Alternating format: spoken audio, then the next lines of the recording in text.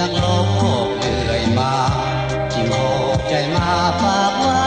กับนางอยากฝากหัวใจให้น้องมองทานฝากให้ตะวันสาวธนาคารน้องจงเห็นใจเปอร์เซ็นต์ไอ้นี้บ่คิดไล่คิดตกไอ้นี้บ่คิดหลายเพียงรักษาไว้ปลอดภัยแล้วก็พอถ้าแม่นสาวนั้นคิดเห็นใจพักเอาหัวใจอายไว้เหมือนว่าได้เงินหมื่นเงินแสนน้องงามหนักหนาฝากใจมาเพื่อหวังเป็นแฟน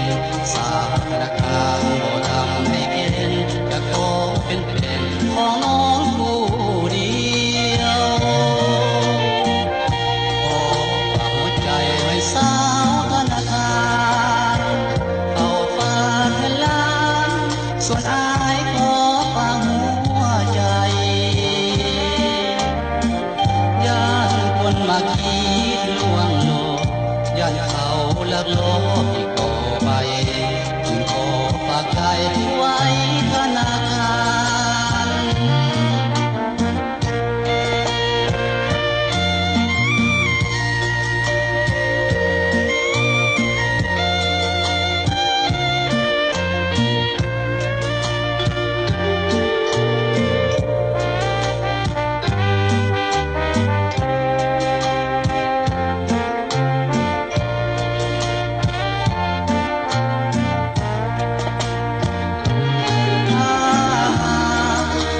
สาวนั้นคิดเห็นใจ